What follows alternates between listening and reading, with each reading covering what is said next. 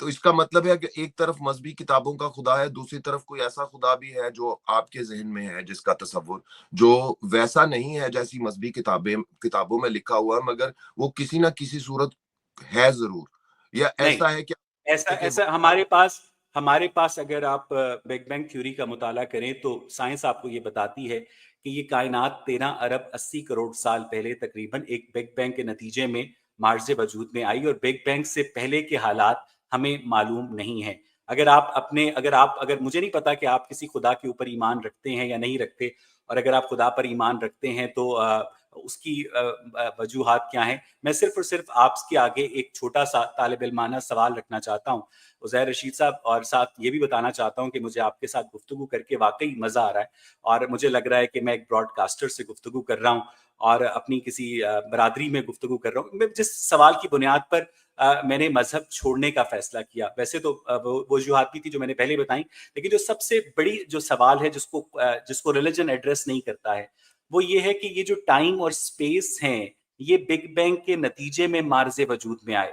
آپ کو ایگزسٹنس کے لیے وقت کی اور جگہ کی ضرورت ہوتی ہے۔ اگر آپ کا جو غیر مادی خدا ہے اس نے اس وقت کو، اس ٹائم اور سپیس کو بنایا ہے، تو لا محالہ اس کی اپنی ایگزسٹنس اس ٹائم اور سپیس سے ماورا ہے، اور جو چیز بھی ٹائم اور سپیس سے ماورا ہوتی ہے عزیر رشید صاحب، ان سمپل ورڈز وہ نہیں ہوتی ہے، کیونکہ ٹائم اور سپیس کے بیونڈ ایگزسٹنس پاسبل ہی نہیں ہے۔ اگر آپ کو لگتا ہے پاسبل ہے تو آپ مجھے سمجھا دیں۔ دیکھیں، آپ نے جو سب سے پہلے یہ بات کی کہ مجھے نہیں پتا کہ آپ کسی خدا کو مانتے ہیں یا نہیں مانتے ہیں، تو میں آپ کو اپنا تھوڑا سا بتا دوں کہ میں ایک مسلمان ہوں، اور میں نے ایک بہت مذہبی گھرانے میں آنکھ کھولی ہے۔ میرے والد محترم عربی زبان کو بہت بخوبی سمجھتے تھے، اور بڑے زبردست انداز کے ساتھ وہ قرآن کی آیات کے مطلب اور معنی اور احادیث ہمیں بتاتے آئے ہیں بچپن سے۔ اور میرا ایک مذہبی گھرانے سے تعلق ہے، میں ایک مسلمان ہوں، اور میں خدا کو مانتا ہوں۔ عزیر رشید صاحب ایسا کیوں ہوتا ہے کہ آپ جس بھی مذہب میں پیدا ہوتے ہیں اتفاق سے وہی مذہب درست ہوتا ہے؟ کیونکہ جو انسان جس مذہب میں پیدا ہوتا ہے، میرا خیال ہے کہ وہ نہ تحقیق کرتا ہے، نہ جستجو کرتا ہے، وہ یہ سمجھتا ہے کہ جو اس کے ماں باپ نے اس کو دے دیا ہے بس وہی درست ہے۔ تو ایسا ہی میرے ساتھ بھی تھا، مگر میرے اندر جو ہے وہ سوچنے سمجھنے کی صلاحیت خدا نے دے رکھی ہے۔ میں ہرگز ملا کے پیچھے چل کر ان تمام باتوں کو ماننے والوں میں سے نہیں ہوں کہ جیسے ملا بتا دے، بلکہ میں اپنے ذہن سے سوچتا ہوں، اپنے خیال سے سوچتا ہوں، اپنے دماغ کا استعمال کرتا ہوں، اور بہت ساری ایسی باتیں جو ملائیت نے پھیلا رکھی ہے میں ان کو نہیں مانتا ہوں۔ وہ بہت فنی اور کامیڈی کی طرح لگتی ہے مجھے، مگر اگر تو ویسے اقبال صاحب، اگر آپ یہ سمجھتے ہیں کہ مذہبی لوگ کریٹیکل تھنکر نہیں ہوتے ہیں، وہ تنقیدی سوچ نہیں سوچتے ہیں، یا ان کے ذہن میں سوال نہیں آتے ہیں اور وہ ان سوالات کے جوابات کے لاجیکلی آنسر نہیں چاہتے ہیں، تو یہ ایسا نہیں ہے۔ مذہب سے تعلق رکھنے والے لوگ بھی ایسے ہوتے ہیں، میری طرح کے بھی، جو تنقیدی سوچتے ہیں، سوالات اٹھاتے ہیں، مگر مجھ میں ابھی اتنی کوئی ہمت نہیں ہے کہ میں انکار کر دوں، ہر اس چیز کا انکار کر دوں کہ جو کائنات میں، اتنی بڑی کائنات کو دیکھ رہا ہوں اور اس میں ایک ذرے کے برابر بھی میری حیثیت نہیں ہے، تو مجھ میں ابھی اتنی علمی سکت نہیں ہے، ابھی اتنی میری وہ نہیں ہے میرے اندر کہ میں انکار کر دوں، مگر میں اس کی کھوج میں رہتا ہوں، تلاش میں رہتا ہوں، اور میرے خیال میں انکار کرنے سے بہتر ہے تلاش میں رہنا۔ نہیں عزیر صاحب، جب آپ مسلمان ہیں، آپ کے پاس الٹیمیٹ ٹروتھ ہے، تو پھر آپ کس چیز کی تلاش میں رہتے ہیں؟ اس خدا کی تلاش میں جس خدا نے ہمیں بنایا ہے، یا جو اس تو دھرتی پر وہ تو آپ کا اللہ نہیں ہے، وہ تو آپ کے پاس ہے، آپ کو پھر کس چیز کی تلاش ہے؟ مجھے، لیکن دیکھیں اویس اقبال صاحب، یہ باتیں مجھے کتابوں میں لکھی ہوئی اچھی لگتی ہیں کہ وہ آپ کے پاس ہے، مجھے ایسا کہیں وہ نظر نہیں آیا، مجھے اس کی تلاش رہتی ہے، میں اس کی کھوج میں رہتا ہوں۔ میں یہ نہیں کہوں گا کہ میں نے اسے پا لیا ہے، میں نے اسے دیکھ لیا ہے۔ آج تک اس دھرتی پر کسی نے بھی دعویٰ نہیں کیا کہ اس نے خدا کو مل لیا ہے یا اس نے خدا کو دیکھ لیا ہے۔ تو میں اس کی تلاش میں رہتا ہوں، اور اس کی تلاش ہمیشہ مجھے انہی چیزوں میں نظر آتی ہے کہ جو اس نے اتنی بڑی کائنات بنائی ہے، اتنے ذہین انسان پیدا کیے ہیں جنہوں نے اس کائنات کو تو پھر کیا عزیر صاحب، جو الٹیمیٹ کوشچن ہے، اتنی بڑی کائنات اگر اس نے بنائی ہے تو اتنی بڑی کائنات کو بنانے والا جو ہے وہ خود بخود بن گیا ہے؟ دیکھیے، آپ کہتے ہیں عدم سے کوئی آج کے وجود کو کیسے تراش سکتا ہے، جب کوئی ایسی جگہ پر بیٹھ کر جو ہے ہی نہیں، ایسی جگہ کیسے بنا سکتا جو ہے۔ میں سمجھتا ہوں کہ اگر اس نے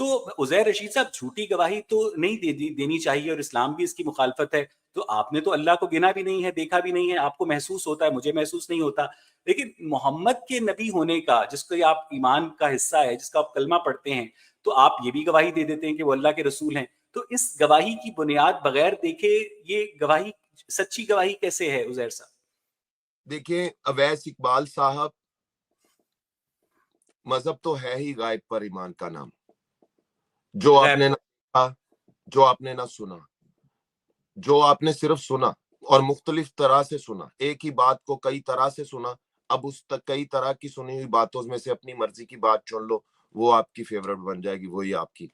تو یہ تو مذہب تو ہے ہی غائب پر ایمان کا نام، کہ جو چیز آپ نے دیکھی نہیں وہ آپ اس پر ایمان لے آؤ. جہاں اب تک آپ کی بات ہے جھوٹی گواہی کی، کہ آپ ایک بچے کو، چھوٹے بچے کو کہہ رہے ہو کہ پڑھو، گواہی دو، اور وہ بچہ تو اس گواہی کا مطلب بھی نہیں جانتا، وہ بس دہرا رہا ہے آپ کے کہے ہوئے لفظوں کو، کیونکہ آپ اس کے ماں باپ ہو یا اس کے بڑے ہو یا اس کے ٹیچر ہو، جو آپ اسے کہو گے وہ جی کرے ہاں. گا. وہ بس دہرا رہا ہے، دہراتے دہراتے دہراتے دہراتے یہ تھوڑا وہ بڑا ہوتا ہے تو اس میں ثبت ہو جاتی ہے چیز، اور پھر وہ ساری زندگی تک اس میں اندر ہی رہتی ہے. تو میں بھی ایسا سوچتا ہوں، ایک مسلمان ہونے کے ناطے میں کبھی کبھی یہ سوچتا ہوں کہ بچوں کو، جو یعنی بچے جو آپ اس لیے گواہی دیتے ہیں محمد کے رسول ہونے کی کہ آپ کو آپ کے بڑوں نے بتایا ہے؟ آف کورس ہم قرآن اور احادیث کی کتابوں سے، ہمارے بڑوں سے، علماء کرام نے، جید لوگوں نے، ان تو لوگوں نے. اگر ایک ہندو بچے کو اس کے پیرنٹس یہ بتاتے ہیں کہ بھگوان تمہاری رکشا کریں گے، اور بقیہ مذاہب کے لوگ اپنے بچوں کو اپنے مذاہب کے مطابق ٹرین کرتے ہیں، اور وہ بچے بھی جو ہیں اس اپنے بڑوں کی ٹیچنگ کے اوپر ایمان لے آتے ہیں، تو پھر رائٹ اور رانگ کا فیصلہ کیسے ہوگا؟ تمام مذاہب تو ٹھیک نہیں ہو سکتے نا عزیر صاحب. دیکھیں رائٹ اور رانگ کا فیصلہ میں تو کچھ ایسے، اگر آپ 2-3 منٹ مجھے دے دیں تو میں اپنا فلسفہ آپ کو پیش کر دیتا جی ہوں کہ پلیز. میں ایسے سوچتا ہوں، ایک مسلمان ہونے کے ناطے میں ایسے سوچتا ہوں کہ میرے سے زیادہ خوش نصیب کوئی نہیں ہوگا کہ اگر بعد از موت پروردگار کو میں جسٹس کرتے ہوئے دیکھوں گا. انصاف کا ترازو اس کے ہاتھ میں ہوگا، گناہ گار ایک طرف کھڑے ہوں گے، خطا کار الگ کیے جا رہے ہوں گے، اچھے لوگ ایک طرف جا رہے ہوں گے، کوئی جنت دوزخ ہوگی، کوئی جسٹس ہوگی، کوئی انصاف ہوگا. کیونکہ اس دھرتی پر میں نے انصاف نہیں دیکھا. اس دھرتی پر میں نے انصاف کی باتیں بہت سنی لوگوں کو کرتے ہوئے، مگر انصاف ہوتے ہوئے کہیں مجھے نظر نہیں آیا. یہاں نا انصافی، بے انصافی جن لوگوں نے کی، ان کا راج دیکھا میں نے، انہیں راج کرتے ہوئے دیکھا. اور جو ظالم تھے اس کو اس دھرتی پہ راج کرتے دیکھا میں نے، طاقتور کو راج کرتے ہوئے دیکھا میں نے. مجھے نہیں انصاف نظر آیا. میں چاہتا ہوں کہ میں مرنے کے بعد انصاف ہوتا ہوا دیکھوں، اور میرے لیے شاید اس سے بڑی کوئی خوشخبری نہیں ہوگی. حضرت عمر کہا کرتے تھے، ایک ان کا قول ہے کہ کاش میں ایک درخت ہوتا، کاٹ دیا جاتا، جلا دیا جاتا، کاش مجھے دوبارہ زندہ نہ کیا جاتا، مجھ سے پوچھا نہ جاتا، حساب نہ لیا جاتا. تو جس طرح سے آپ سوچتے ہیں اس حساب سے تو پھر ان سے حساب نہیں لیا جائے گا، بلکہ کسی سے بھی تو حساب عزیر رشید صاحب یعنی آپ لائف آفٹر ڈیتھ کے اوپر اس لیے یقین رکھتے ہیں کہ اس دنیا میں جتنی بھی ناانصافی ہے اس کا حساب لیا جا سکے. آپ کو یاد ہوگا عزیر رشید صاحب، قصور کے اندر 7 سالہ زینب کا ریپ ہوا تھا، اور اس کے بعد نعت خواں جو ریپسٹ تھا علی عمران، اس نے اس زینب کا مرڈر کر دیا تھا. اگر لائف آفٹر ڈیتھ صحیح ہے، اگر آپ کا اللہ انصاف کرے گا، تو قیامت کے دن زینب جب سامنے کھڑی ہوگی تو آپ کا اللہ تھوڑا شرمندہ ہوگا، اور اگر نہیں ہوگا تو وہ زینب کے ساتھ اور اس کے ریپسٹ اور مرڈرر کے ساتھ ان دونوں کے مابین کیا ممکنہ انصاف کر سکتا ہے عزیر رشید صاحب؟ دیکھیں اویس، اگر زینب خدا کے روبرو پیش ہوگی اور کہے گی کہ چھوٹی سی عمر میں، جبکہ اس کی کوئی خطا بھی نہیں تھی، اس کے ساتھ اتنا بڑا ظلم ہو گیا، تو بدلے میں زینب کو چاہے جنت الفردوس ہی کیوں نہ عطا کر دی جائے، اس کے اس سوز اور اس درد کا کوئی مداوع نہیں ہے. اس میں یعنی کوئی انصاف نہیں ہو سکتا. پہ مجھے ظلم نظر آتا ہے، ظلم ہوتا ہے، لوگ مرتے ہیں، لوگ دبا دیے جاتے ہیں، لوگ خاموش کر دیے جاتے ہیں، اٹھا لیے جاتے ہیں، طاقتور کے پیروں کی زنجیر سے بندھے ہوئے نظر آتے ہیں، اس میں کوئی شک نہیں ہے. اور میں یہ سمجھتا ہوں کہ جس کریٹر نے اتنی بڑی دھرتی کو، اتنی بڑی دنیا کو تخلیق کیا، اس نے کوئی جسٹس کا بھی کوئی نظام ضرور بنایا ہوگا. نہیں سر، جب آپ کے خیال میں اگر ایک ہٹلر جو ہے اکیلا 60 لاکھ یہودی مار دیتا ہے، کروڑوں لوگ مار دیتا ہے، یا چنگیز خان کروڑوں لوگ مار دیتا ہے، میں ٹیسٹ کیس کے طور پر، کیونکہ آپ کی تھیوری تبھی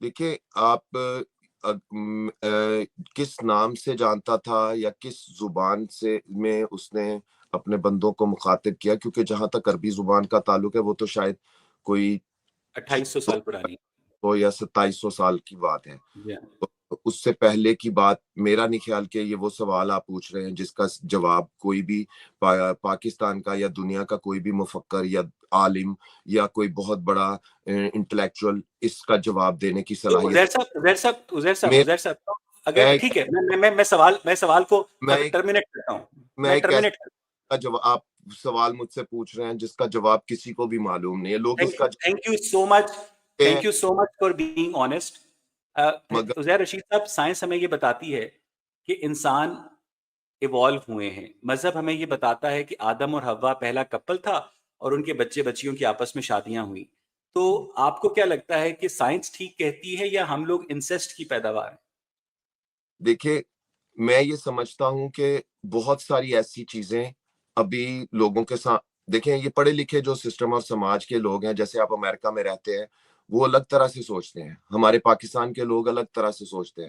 اگر میں آپ کی پوڈ کاسٹ آپ کے ویڈیوز پاکستان میں دیکھے جاتے ہیں آپ کی زبان اردو ہے اس لیے وہیں آپ کی زبان کے سمجھنے والے بھی ہیں تو میں اسی کنٹری کے حساب سے بات کروں گا کہ پاکستان کے اندر مجھے نہیں لگتا ہے کہ لوگ ان چیزوں پر یا ان باتوں پر جو سوالات آپ اٹھا رہے ہیں ان سوالات کو سننے تک کی بھی کوئی سکت رکھتے ہیں.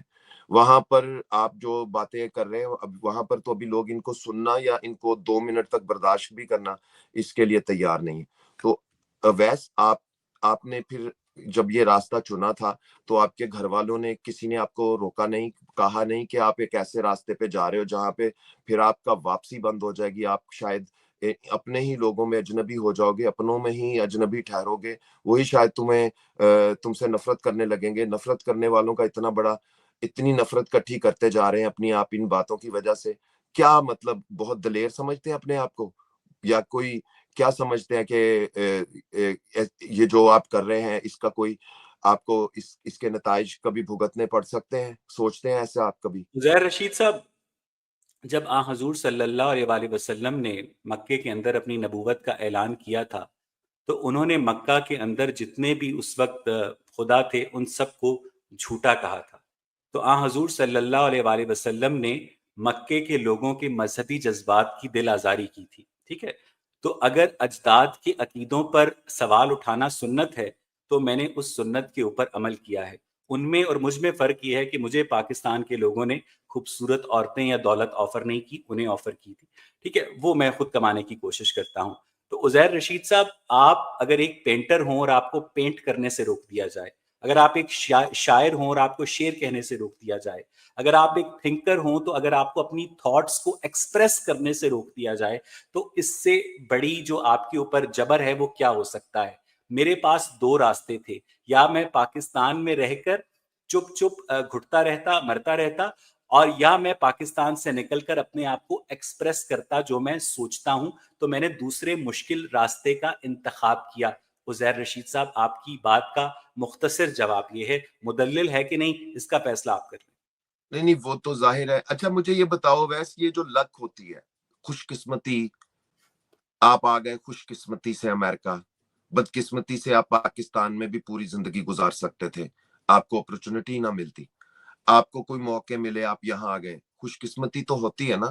کچھ لوگوں کی لاٹری نکل آتی ہے کچھ لوگ ایک ٹرین میں سفر کر رہے ہوتے ہیں ایکسیڈنٹ ہوتا ہے سارے مر جاتے ہیں وہ اکیلے ہی بچ جاتے ہیں.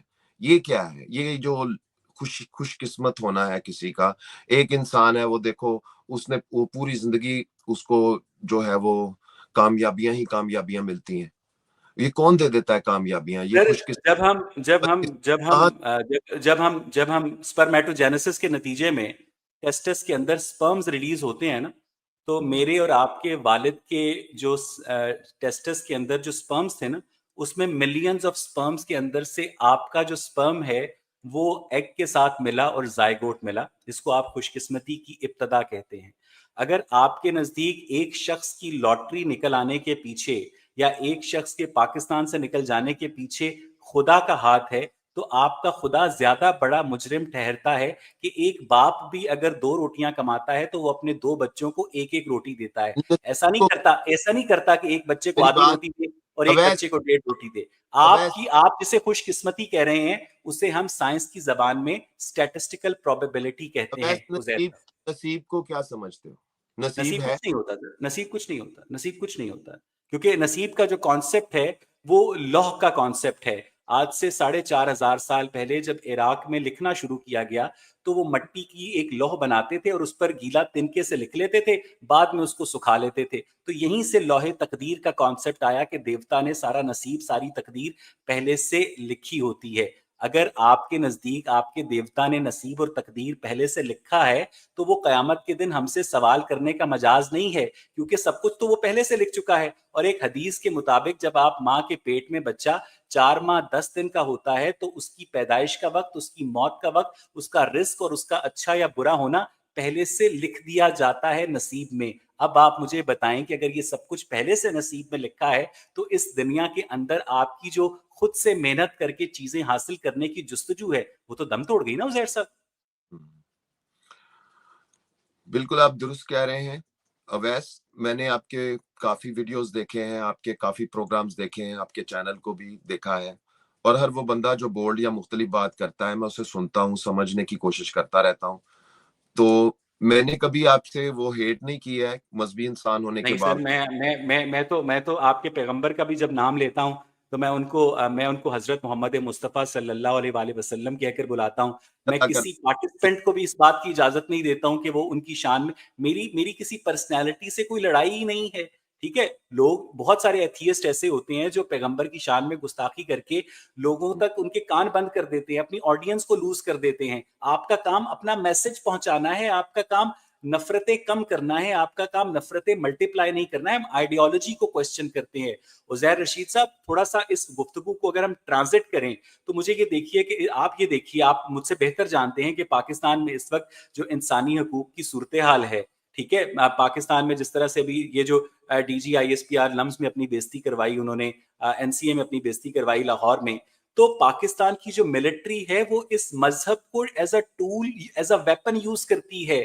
آپ نے جس بھی صحافی کے خلاف، جس بھی آواز اٹھانے کے خلاف آپ نے کوئی بھی کام کرنا ہوتا ہے تو آپ ان کے خلاف پہلے بلاسفیمی کا پرچہ دیتے ہیں اور اس کے بعد تھانے تک کی تو نوبت ہی نہیں آتی ہے. وہ اس بلاسفیمی کو یوز کرتی ہے آپ کی پاکستان کی ملٹری اسٹیبلشمنٹ لوگوں کو وچ ہنٹ کرنے کے لیے، پرسیکیوٹ کرنے کے لیے. اور اگر مذہب کے اندر یہ ولنریبلٹی ہے نا کہ وہ ایک ایکسپلوئٹیٹو قوت کے ہاتھ میں ایکسپلائٹ ہو سکتا ہے، تو یہ ایک بہت ڈینجرس چیز ہے عزیر رشید صاحب. کیا آپ کو لگتا ہے پاکستان میں تو ایسا ہوتا ہے؟ آپ 100% درست کہہ رہے ہیں کہ پاکستان آرمی مذہب کو اپنی مرضی سے، اپنی مرضی کے فیصلے کروانے کے لیے جی سر، وہ جنت اور دوزخ کے فیصلے کر رہے ہیں جنرل عاصم منیر صاحب. دیکھیں یہ جن لوگوں کو آپ کی ملٹری آج ان کل کے خوارج کہہ رہی ہے، یہ خوارج ایک مذہبی اصطلاح ہے، ٹھیک ہے نا. آپ کو یاد ہوگا جنہوں نے حضرت علی کے خلاف علم بغاوت بلند کیا تھا، تو وہ اپنی جو وچ ہنٹنگ ہے اس کو ایک مذہبی ٹرمینالوجی قرار دیتے ہیں. آپ کو یاد ہوگا اگر آپ نیوز میں رہے اس میں ہیں. میں بھی میری بات جی سنیں، وہ عاصم منیر اگر کہتا ہے ہاتھ کاٹ دو اور وہ ایک آیت لے کر آتا ہے، اپنی مرضی سے ایک آیت کو استعمال کرتا ہے، کیا آپ کو لگتا ہے کہ مسلمانوں کے اور بھی اتنے سارے ممالک ہیں، کیا وہاں بھی اسٹیبلشمنٹ نے کبھی مذہب کو استعمال کیا ہے جیسے پاکستان میں کرتی ہے؟ کیا مذہب سر، اتنا دنیا ہی کے جتنے ممالک جہاں پر جو کہ مذہب دیگر کیا؟ تھیولوجیکل ممالک ہیں، وہاں پر مذہب کو as a tool of persecution استعمال کیا جاتا ہے. اس کا لیول کم یا اوپر. اچھا مجھے آپ بتائیں، استنبول کے اندر جو آیا صوفیہ ہے، جو کہ چرچ ہے، جو کانسٹینٹینوپل کے اندر 330 عیسوی میں بنا تھا، آج اس کو آیا صوفیہ کو اندر عمر اور علی کے نام لکھ کر آپ نے اسے مسجد میں کنورٹ کر رکھا ہے. کیا مسلمانوں کو اس بات پر شرم آتی ہے کہ آپ نے ایک مسیحی عبادت گاہ کو آپ نے ایک مسجد کے اندر کنورٹ کر رکھا ہے؟ اگر آپ کو پتا چلے کہ آپ کی مسجد کو ایک چرچ کے اندر کنورٹ کر دیا گیا ہے تو آپ کو کیسا لگے گا؟ ٹھیک ہے، آپ نے بابری مسجد کے اوپر اتنا رولا اٹھایا، اور مسجد کرتبہ کو جب اسپین نے واپس چرچ کے اندر کنورٹ کیا اس کی آپ مذمت کرتے ہیں. اگر آپ مسجد کرتبہ کے لیے تڑپتے ہیں تو پھر آپ کو آیا صوفیہ چرچ کے لیے بھی تڑپنا چاہیے. لیکن یہ جو ریلیجن ہوتا ہے یہ لوگوں کے اندر ایک احساس تفاخر، ایک ریلیجس سپیریورٹی کمپلیکس انکلکیٹ کر دیتا ہے عزیر صاحب. اچھا اویس، میں آپ سے ایک اور بات پوچھنا چاہ رہا ہوں کہ آپ کی فیملی نے آپ کے ان خیالات کے جواب میں کیا وچار ہیں ان کے آپ کے بارے میں؟ مطلب سر تو میرے کہ میرے میرے میرے میرے جو والدین ہیں وہ پریکٹسنگ مسلم ہیں، اور ایک عرصے تک وہ مجھ سے اس بات پر ناراض رہے کہ میں ایک ملحد ہوں، ٹھیک ہے؟ اور انہوں نے کیا کہتے ہیں، کچھ ہر خاندان کے اندر جو مسائل ہوتے ہیں، لیکن مسئلہ یہ ہے کہ وہ جو حیاتیاتی محبت ہے والدین کی اولاد کے ساتھ، اس کی وجہ سے میرے ساتھ اٹیچڈ ہیں، ٹھیک ہے؟ میں آپ کو ایک اور بات بتاتا ہوں کہ میرے پورے خاندان کے اندر، میری فیملی کے اندر جو ایک سوشل بوائیکاٹ ہوتا ہے کہ بینگ این ایتھیسٹ، اس کا سامنا بھی میں کر چکا ہوں. لیکن آپ یقین کریں کہ میں نے بالٹی سے نکل کر اٹلانٹک اوشن کا سفر کیا ہے. اس کے بعد جب میں نے اپنی اصل چیز کو ایکسپریس کیا کہ میں یہ سوچتا ہوں، تو مجھے روز کے حساب سے درجنوں ای میلز آتی ہیں کہ ہم بھی ایسا سوچتے ہیں، اور آپ جو ہیں ہماری وائس ہیں. اور بہت سے لوگ مجھے یہ بتاتے ہیں کہ آپ کے کوشچن سن کر ہم نے کریٹیکل تھنکنگ شروع کی. تو سر آپ اگر کل کو بچانا چاہتے ہیں تو پھر آپ کو جزو کو قربان کرنا پڑتا ہے. اور آپ یقین کریں کہ اپنے لیے تو ہر کوئی جیتا ہے، اپنے لیے، اپنے بیوی بچوں کے لیے، روزی روٹی کے لیے ہر کوئی جیتا ہے. لیکن اگر آپ کے مرنے کے بعد 4 بندے بھی یہ کہیں کہ اس نے کچھ لوگوں کے لیے کچھ بہتر کیا ہے، کچھ اچھا چھوڑ کر گیا ہے، کچھ لیگیسی چھوڑ کر گیا ہے، تو میرا خیال ہے عزیر صاحب اس سے بڑی کوئی کامیابی نہیں ہو سکتی. اور میں یہ سمجھتا ہوں کہ لوگوں کو ریلیجن کے ڈوگما سے آزاد کروانا میرا ایک نان پرسنل مشن ہے، اور میری ایک نان پرسنل خواہش یہ ہے کہ میں مرنے سے پہلے ہیومن سویلائزیشن کا ایلینز کے ساتھ ایک میننگ فل کانٹیکٹ دیکھوں جو کہ ڈسٹرکٹیو نہ ہو. بالکل. اور بابا وانگا کی پیشین گوئی بھی ہے نا کہ شاید 2070 تک انسان جانوروں کی زبان بھی سمجھنا شروع کر دیں گے. وہ سر تو آنے اگر آپ کو لگتا ہے کہ حضرت سلیمان جانوروں کی بولی سمجھ لیا کرتے تھے، تو مجھے نہیں پتا کہ بکرے جو آوازیں نکالتے ہیں یا جو بطخیں جو آوازیں نکالتی ہیں انہیں پتا ہوتا ہے کہ وہ کیا کہنے کی کوشش کر رہے ہیں. ابھی تک جو سائنس کی ریسرچ ہے اس کے مطابق ویل مچھلیاں ایک دوسرے کو ناموں سے بلاتی ہیں، گانے گاتی ہیں، لیکن جو مغز سر ہے جس کو آپ حرام مغز بھی کہتے ہیں، اس کا جو ارتقا ہے وہ ابھی دیگر جانوروں میں اس سٹیج پر نہیں پہنچا ہے کہ وہ لینگویج جیسی کمپلیکسٹی کو اپنے اندر ایوالو کر سکیں. عزیر رشید صاحب، پاکستان کے اندر بھی آپ نے دیکھا کہ پچھلے دنوں ایک ڈرامہ بڑا مشہور ہوا، تن من نیل و نیل، جس میں آپ کسی کے اوپر بھی بلاسفیمی کا الزام لگا کر آپ اس کو اس کی موب لنچنگ کروا سکتے ہیں، اس کا مرڈر کروا سکتے ہیں. پریانتا کمارا کا واقعہ، مشال خان کا واقعہ، یہ اس وقت آپ پاکستان نے ابھی جو کل دبئی میں میچ ہارا ہے، رضوان کی تسبیح پر سب کوئی تنقید کر رہے ہیں. دیکھیں ہم لوگ، ہمارے جو بزرگ تھے وہ جس 60s اور 70s میں بڑے ہوئے تھے، اس میں لاہور میں بارز بھی ہوا کرتی تھی. جس کا دل کرتا تھا بار میں چلا جاتا تھا، جس کا دل کرتا تھا مسجد میں چلا جاتا تھا. یہ خاص طور پر جو آپ کے ذوالفقار علی بھٹو صاحب ہیں، خود بلیک ڈاگ اسکاچ وسکی پیتے تھے اور شراب پر پابندی لگا دی. ٹھیک ہے، خود ان کا کوئی ریلیجن کے اوپر اتنا وہ نہیں تھا ایمان، انہوں نے قادیانیوں کو غیر مسلم قرار دے دیا. حالانکہ ان کی قادیانیوں کا جو مرزا سے ان کے ساتھ بہت اچھی ذاتی دوستی تھی، لیکن سب کچھ پالیٹکس کے لیے کیا. اور اس کے بعد جنرل ضیاء الحق نے جس طرح پاکستان کو ریلیجسلی ریڈیکلائز کیا. سر آپ کو آپ کا ریلیجن مبارک ہو، آپ کا ریلیجن اگر مجھے نقصان پہنچانا شروع کرتا ہے تو پھر وہ مسئلہ وہاں پر شروع ہوتا ہے.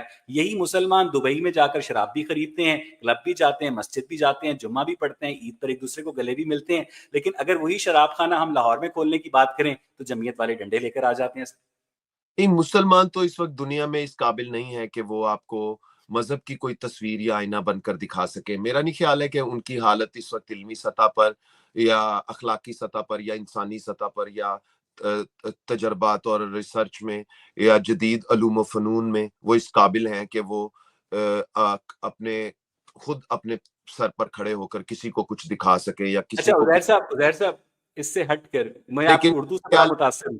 آنے والے دنوں میں آنے والے وقتوں میں شاید وہ بچے پیدا ہوں گے جو سوچیں گے، کریٹیکل تھنکنگ کریں گے، جو سوال سوچیں گے، جو تخلیقار ہوں گے، جو کریٹیولی سوچیں گے. ہوں گے ایسی نسل آئے شاید. لیکن فی الحال تو مجھے پورے عالم اسلام میں خاموشی نظر آتی ہے. چلیں عزیر صاحب، میں موقع سے فائدہ اٹھا کر اپنے دوست عدنان محسن کی ایک نظم آپ کو سنانا چاہتا ہوں. اس نظم کا عنوان ہے جشن. اور ایک اردو بولنے اور سمجھنے والے کی حیثیت سے مجھے لگتا ہے کہ آپ اور ہمارے ویورز اس نظم کو انجوائے کریں گے. تو عزیر رشید صاحب، نظم کچھ یوں ہے کہ چہار سمت شور تھا کہ سلطنت کے باسیوں کو جشن کی نوید ہے. چہار سمت شور تھا کہ سلطنت کے باسیوں کو جشن کی نوید ہے، کہ شب گرفتہ سلطنت میں آج دن سعید ہے، کہ شاہ کے سبھی غلام طول و عرض سلطنت میں دعوت طعام دے رہے تھے ہانپ ہانپ کر، کئی نہیں فاقہ کش نیم جاں بہت دنوں کے بعد سیر ہو چکے، تو پے خلوص ذل کردگار کی ابد دراز زیست کی دعائیں مانگنے لگے، تو چند ہوش مند جو ضرورتوں سے ماورا نہ تھے مگر، تو چند ہوش مند جو ضرورتوں سے ماورا نہ تھے مگر، بشر کی دائمی حمیتوں کی آب و تاب تھے، سفیر انقلاب تھے، وہ سوچ میں پڑ گئے کہ شاہ جبر و جاہ کی عنایتیں ہیں کس لیے، رعایتیں ہیں کس لیے، ابھی تو جشن عام تھا کہ سلطنت کے ہر مکی کی جھکی جبیں پر لکھا جو حرف شکر تھا دھل گیا کہ راز جشن کھل گیا، یہ بات عام ہو گئی کہ بہت دنوں کے بعد شاہ کے حرم میں قید سلطنت کی بیٹیوں میں سے کوئی ایک بامراد آخرش حضور کا ذریعہ فزائش نسب ہوئی، وہ خود تو مر گئی مگر شب گرفتہ سلطنت میں جشن کا سبب ہوئی، چہار سمت شور تھا کہ سلطنت کے باسیوں کو جشن کی نوید ہے۔ واہ واہ واہ، اویس بہت خوب، کیا بات ہے، بڑا زبردست آپ نے نظم سنائی، اور اس سے بھی زبردست آپ کا انداز تھا۔ آپ بھی کسی براڈ کاسٹر سے کم نہیں ہیں، اور ظاہر ہے آپ کی ٹیلی ویژن پر آپ پروگرامز کرتے رہے ہیں جیو جیسے ادارے کے ساتھ، اور گامدی صاحب کے ساتھ وہاں آپ کو کام کرنے کا موقع ملا، تو میں نے ایک دو پروگرامز آپ کے دیکھے بھی ہیں گامدی صاحب کے ساتھ، گو پورے نہیں دیکھے لیکن کچھ حصے ان کے دیکھے میں نے۔ تو کیا ان کے ساتھ جو ایز اے پرسن، کیا آپ ان کو کس طرح سے بیان کریں گے؟ اگر میں ون لائنر کہوں کہ گامدی صاحب کے بارے میں کوئی ون لائنر دیں، کیسا پایا ہے آپ نے ان کو؟ کیونکہ میں ذاتی طور پر سمجھتا ہوں، جی جی، دیگر جو آج کے مولوی حضرات ہیں ان کو رکھ کر کیا فرق پایا ہے آپ نے؟ میں اگر مسلمان ہوتا تو میں غامدین ہوتا۔ غامدی صاحب کی جو اسلام کی تشریح ہے وہ بہت زیادہ خوبصورت ہے۔ یہ ہیونگ سیڈ دیٹ، میں سمجھتا ہوں کہ غامدی صاحب جو ہیں علمی طور پر ایک بددیانت آدمی ہیں، اور وہ ایک کاسمیٹک سرجن آف اسلام ہیں۔ اگر آپ ایک 60 سال کی بڑھیا کو بیوٹی پارلر میں داخل کریں اور جو باہر برآمد ہو وہ ایک 25 سال کی دلہن ہو، تو اس کا مطلب یہ ہے کہ آپ نے میک اپ نہیں کیا ہے، آپ نے کاسمیٹک سرجری کی ہے۔ غامدی صاحب اپنی مرضی کا نتیجہ پہلے سے قائم کرتے ہیں، اور اس کے بعد اس کے حق میں جو احادیث ہوتی ہیں انہیں صحت مند قرار دے دیتے ہیں، اور جو اس کے حق میں نہیں جاتی ہیں ان کو وہ ضعیف قرار دے دیتے ہیں۔ جہاں ان کا دل کرتا ہے قرآن کی صورت کو لٹرل قرار دے دیتے ہیں، جہاں ان کا دل کرتا ہے وہ قرآن کی صورت کو میٹافر قرار دے دیتے ہیں۔ وہ واقعہ معراج کو جسمانی نہیں مانتے، وہ واقعہ معراج کو روحانی مانتے ہیں۔ اور بہت سارے جو مسلمانوں کے سوالوں کے جواب ہیں وہ صرف یہ بتا سکتے ہیں آپ کو نیل پالش لگا کر نماز ہوتی ہے یا نہیں، لیکن میں ان کے ساتھ چونکہ جیو ٹیلی ویژن پر پروگرامز کر چکا ہوں، تو میں آپ کو ایک چھوٹا سا واقعہ سناتا ہوں۔ میں اس میں غلط بیانی سے کام نہیں لے رہا، کہ جو علامہ اقبال روڈ ہے لاہور میں، جہاں پر جیو کی ریکارڈنگ ہوتی تھی آصف سینٹر میں، وہاں پر وہ مشرف کے دنوں میں، مشرف تو اس وقت چلا گیا ہوا تھا، یہ 2008 کی بات ہے، وہ نا پولیس کی اسکواڈ میں آتے تھے، اور اس کے اندر بھی نا وہ ایک بلٹ پروف گاڑی تھی، اس کے اندر بھی ایک بلٹ پروف کیبن تھا جس کے اندر وہ بیٹھتے تھے، اور میں موٹر سائیکل کے اوپر جاتا تھا اسٹوڈیو میں ریکارڈنگ کروانے۔ تو ایک دن وہ جب جا رہے تھے ریکارڈنگ کروا کر، تو میں نے ہنستے ہوئے نے کہا کہ غامدی صاحب یہ اتنے جو آپ کے پاس ایلیٹ فورس والے ہیں اور آپ بلٹ پروف گاڑی اور یہ ہے، آپ کو اللہ کی حفاظت پہ بھروسہ نہیں ہے؟ تو وہ نا باقاعدہ میں وہ جھینپ گئے، اور جھینپ کا جو لفظ ہے نا وہ اس کیفیت کو بیان ایگزیکٹلی کرتا ہے جس کو آپ اس وقت سمجھ رہے ہیں۔ باقاعدہ جھینپ گئے، وہ کھسیانے ہو گئے کہ یار یہ اگر آپ کو اللہ کی حفاظت پہ بھروسہ ہے، نہیں اللہ کی حفاظت پہ تو بھروسہ ہے لیکن اپنے اقدامات بھی تو کرنے چاہیے نا۔ آپ نے کبھی کوشش نہیں کی کہ آپ طارق جمیل صاحب سے رابطہ کریں اور ان کو اپنی پوڈ کاسٹ میں بلائیں؟ سر اور میں اگر آپ کے پیغمبر زندہ ہوتے تو میں انہیں بھی پوڈ کاسٹ پہ انوائٹ کرتا۔ میں انجینئر عالم محمد اسلام کے ہر شخص کو، میں مرزا عالم کو اسلام میں کیا وجہ کبھی انجینئر محمد علی مرزا کو کبھی دعوت جی میں نے انجینئر محمد علی مرزا کو باقاعدہ ٹویٹ کر کے مناظرے کی دعوت دی تھی، کیونکہ انجینئر محمد علی مرزا اور حسن اللہ یاری جو ہے سنی اسلام اور شیعہ اسلام میں ایک دوسرے کے اوپر کیچڑ اچھالتے ہیں، لیکن جب حسن اللہ یاری صاحب کی میرے ساتھ ڈیبیٹ ہوئی تو انجینئر مرزا نے ان کو مبارکباد دی اور آپ یقین کریں کہ یہ الہاد کی برکت ہے جس کی وجہ سے وہ سنی شیعہ جو پچھلے 1400 سال سے متحد نہیں ہوئے ہماری وجہ سے متحد ہو رہے ہیں، کیونکہ یہ ایک بڑا خطرہ ہے ان کے لیے. جب لوگوں کا اللہ کے اوپر سے بلیف اٹھ جائے گا تو پھر یہ فیصلہ کرنا کہ سنی مسلمان ٹھیک ہے یا شیعہ مسلمان ٹھیک ہے یا پروٹیسٹنٹ کرسچن ٹھیک ہے یا کیتھولک کرسچن ٹھیک ہے، یہ ایک یہ چھوٹی باتیں ہیں. آپ تو اس وقت ہم نے، میری پوری عالم اسلام میں ہر شخص کے لیے دعوت ہے کہ اگر وہ اپنے عقیدے کو جسٹیفائی کر سکتا ہے تو وہ میری پوڈ کاسٹ میں آ سکتا ہے. عالم اسلام میں آپ کو کوئی نظر آتا ہے آپ کی نظر میں اس وقت کون ہے زندہ عالم اسلام میں؟ کیا کوئی ایک کیا کیا کوئی پروسٹیٹیوٹ ورجن ہو سکتی ہے؟ علمی حوالے سے نہیں کوئی نہیں بڑا سر، عزیر رشید صاحب، یہ بالکل ایسا ہی سوال ہے کہ کیا کوئی پروسٹیٹیوٹ ورجن ہو سکتی ہے؟ کیا آپ سوکھے پانی سے نہا سکتے ہیں؟ جب آپ عالم اسلام کہتے ہیں تو اس کا مطلب ہے کہ آپ عقیدے کے پروپوننٹ ہیں. آپ یقین مانیں کہ اسلامی نظریاتی کونسل کے لوگ پچھلے دنوں جب مفتی تقی عثمانی نے کراچی کے اندر ملک بینک کی مخالفت کی تو مجھ سے اسلامی نظریاتی کونسل کے ایک رکن نے رابطہ کیا اور پوچھا کہ یار اس کا اسلامی طریقے سے ٹیکل کرنے کو اس کا کیا طریقہ ہوگا. تو میری سمجھ میں جو بھی جواب آیا وہ میں نے انہیں دے دیا. تو ایک ملحد جو ہے اسلامی نظریاتی کونسل کے رکن کو گائیڈ کر رہا ہے یا بتانے کی کوشش کر رہا ہے کہ آپ اس سچویشن کو کیسے ٹیکل کریں، تو اس کا مطلب یہ ہے کہ ملحد نے 4 کتابیں پڑھ رکھی ہیں نا. تو عالم اسلام کے اندر جب آپ کسی پڑھے لکھے عالم کی بات کرتے ہیں تو اس میں ایک سیلف بلٹ ان تضاد ہے، کانٹراڈکشن ہے کہ جب بھی کوئی شخص ایمان لے آتا ہے تو وہ پھر عقیدے کا دائی ہوتا ہے. عقیدے اور دلیل کے درمیان گفتگو کرنا بہت مشکل ہے اور یہ مشکل کام آج آپ نے کیا ہے عزیر رشید صاحب. اس کے لیے میں آپ کو دل کی گہرائیوں سے خراج تحسین پیش کرتا ہوں. دیکھیں اویس، میں یہاں پر آپ کو کوئی شکست فاش دینے کی نیت سے نہیں آیا، نہ میں نہیں کوئی نہیں سر، میں مکالمے کی بات کر رہا ہوں سر. میری اور عالمی آپ دیکھیں، میں اور آپ دو خیالات ہیں جو ایک ہی دماغ میں ایک دوسرے سے گفتگو کر رہے ہیں سر. بالکل. تو اگر میری نیت نہیں تھی کہ میں پھر ورنہ بہت بڑی کوئی تیاری کر کے کوئی ایسی چیزیں یاد کر کے آتا جن سے میرا کوئی تعلق بھی نہیں ہے، کیونکہ مجھے بہت افسوس ہوتا ہے اس وقت جب میں ان لوگوں کو سائنٹیفکلی حوالے پیش کرتے ہوئے دیکھتا ہوں جن کا سائنس سے کوئی تعلق ہی نہیں ہوتا. وہ صرف زبانی طور پر یاد کر کے، مجبوری ہے ان کی کہ وہ یاد کر کے آتے ہیں مگر بکھر جاتے ہیں. میں آپ کے ساتھ دیکھتا ہوں اکثر لوگ آتے ہیں سائنس لے کر آتے ہیں پر بکھر جاتے ہیں. میرے خیال میں ہر انسان کو وہی بات کرنی چاہیے جس کے اندر اس کو قدرت حاصل ہے یا جس میں اس کو علم حاصل ہے. تو اویس، آپ کام کر رہے ہیں، میں کوئی ایسا انسان نہیں ہوں کہ آپ کے مختلف خیالات کی وجہ سے آپ سے نفرت کرنا شروع کر دوں، کیونکہ میں نے اپنی سوسائٹی جہاں میں پیدا ہوا وہاں یہی دیکھا کہ اگر کوئی مختلف سوچتا ہے تو اس سے لوگ نفرت کرتے ہیں یا اسے مار دیتے ہیں. تو عزیر لیکن صاحب، آپ کی ریلیجیس انڈرسٹینڈنگ کے مطابق جو لوگ مسلمان گھرانے میں پیدا ہوتے ہیں اور بڑے ہو کے ملحد ہو جاتے ہیں، کیا وہ واجب القتل ہیں؟ بالکل نہیں. میں بالکل بھی مختلف سوچنے والوں کو کسی کو بھی واجب القتل نہیں سمجھتا.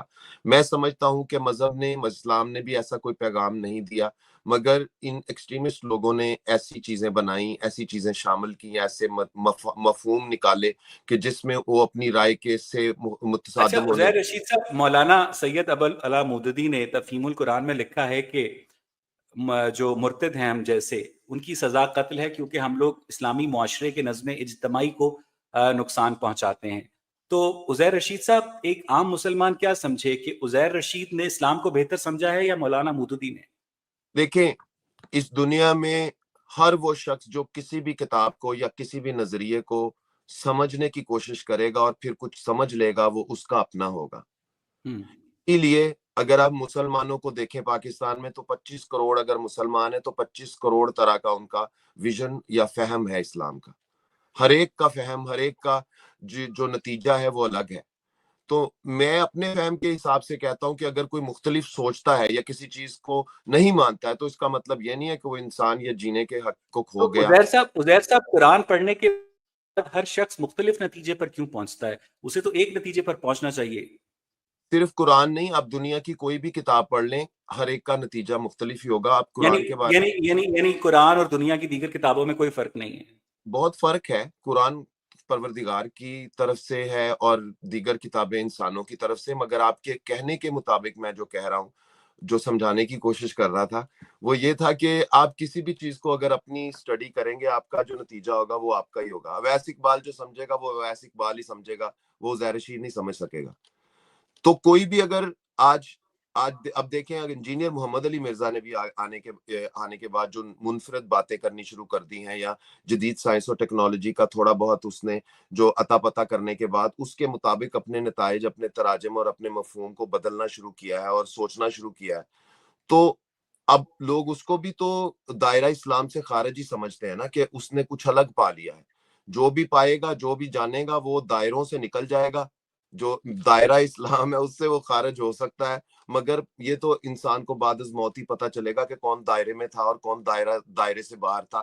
کہ ظاہر ہے کردار اعمال کا فیصلہ اچھا یا عزیر صاحب، اگر میں پوری ایمانداری کے ساتھ، پوری دیانتداری کے ساتھ، اور یہاں ایمانداری سے مراد ایمان والا ایمانداری نہیں ہے، آنیسٹی ہے، اگر میں پوری آنیسٹی کے ساتھ اللہ کے وجود پر یقین نہیں رکھتا ہوں، اپنی فیملی کے ساتھ اچھا سلوک کرتا ہوں، ٹیکس دیتا ہوں، قانون کا احترام کرتا ہوں، اپنے ہمسائے سے اچھے طریقے سے بات کرتا ہوں، میری ایگزسٹنس جو ہے وہ سوسائٹی کے لیے ہارمفل نہیں ہے، تو آپ کے نزدیک آپ کا جو اللہ ہے وہ کیا اتنا متعصب ہے کہ ایک شخص جو اس پر ایمان رکھتا تھا اور اس کی بات پر عمل نہیں کرتا تھا، اور ایک شخص جو اس پر ایمان ہی نہیں رکھتا تھا اور ایک یوزفل سٹیزن تھا، آپ کا اس کا اور میرا انجام جو ہے اس کا مثبت اور میرا منفی ہوگا؟ دیکھیں، جو انسان بے ضرر ہے، جس نے کسی کو نقصان نہیں پہنچایا، اپنے ذہن کے اندر دیکھیں ہمارے نظریات و قائد کہاں رہتے ہیں؟ ویسے یہاں رہتے ہیں نا. یہ آف ہو جاتا ہے تو سب کچھ ختم ہو جاتا ہے. ہم بڑی بڑی ڈینگیں مارتے ہیں مگر یہاں تک ہی ہے نا، وہ یہی ہے نا سب کچھ. جو جس کا بھی وہ ہے نا، ایک بہت بڑے بندے کا کال ہے کہ ہر ایک کا اتنا ہی خدا ہوتا ہے جتنا اس کا علم یا ویژن ہوتا ہے، اتنا ہی بڑا اس کا خدا ہوتا ہے. تو میرے خیال میں اگر آپ بے ضرر ہیں تو یہ ایک بہت بڑی رحمت ہے، بلیسنگ ہے. بے ضرر لوگ کبھی بھی وہ پھر بعد میں نتائج کی پرواہ نہیں کرتے. ان کا بے ضرر ہونا ہی ان کی ایک رحمت ہوتا ہے. تو اگر آپ بے ضرر ہیں تو یقین رکھیے، پورا یقین رکھیے کہ کوئی آپ کے ساتھ بھی بے ضرر رویہ ہی اپنائے گا. اگر تو کوئی عزیر رشید صاحب ایک شخص جو 5 وقت نماز پڑھتا ہے، روزے رکھتا ہے، وہ مجھے جنت میں دیکھ کر سٹ پٹا نہیں جائے گا اگر آپ کا خدا میرے ساتھ بے ضرر رویہ اپنائے گا؟ ہو سکتا ہے وہ پریشان ہو جائے تو لیکن پھر ہو سکتا ہے کہ ایسے جو سوچ رکھنے والے لوگ ہیں ان کے لیے جنت بھی الگ بنانی پڑے خدا کو، کہ ایک لوگوں کے اچھا لیے. عزیر صاحب، اپنی کوئی پسند کا شعر سنا دیں اپنی ایک نظم سنا دیتا ہوں. آپ نے کہا تھا پلیز. کون سی تلاش ہے تمہاری، اپنے خدا کی تلاش کے حوالے سے، تو تھوڑی سی 1-2 منٹ کی نظم میں آپ کو سنا جی جی دیتا سر. ہوں. خدا کے عاشق خدا سے کہنا، خدا کے دیکھے خدا کے بندے، خدا کی خاطر خدا سے پہلے خدا بنے ہیں. خدا کے عاشق خدا سے کہنا، خدا کے دیکھے خدا کے بندے، خدا کی خاطر خدا سے پہلے خدا بنے ہیں. خدا کے عاشق خدا سے کہنا، خدا کو پانے کی جستجو جو ہزاروں سالوں سے کر رہا تھا وہ تھک چکا ہے. خدا سے کہنا وہ آنکھ پتھر کی ہو چکی جو تمہاری حسرت میں رو رہی تھی. خدا سے کہنا سوال بن کر جو پھول ٹہنی پہ کھل رہے تھے، جواب سن کر وہ آج مٹی میں مل رہے ہیں. خدا کے عاشق خدا سے کہنا، خدا گہی بھی جسے نہیں ہے وہ کہہ رہا ہے، جو اس نے سمجھا، جو اس نے جانا، جو اس نے مانا، جو اس کی سوچوں میں آ سمایا، خدا وہی ہے.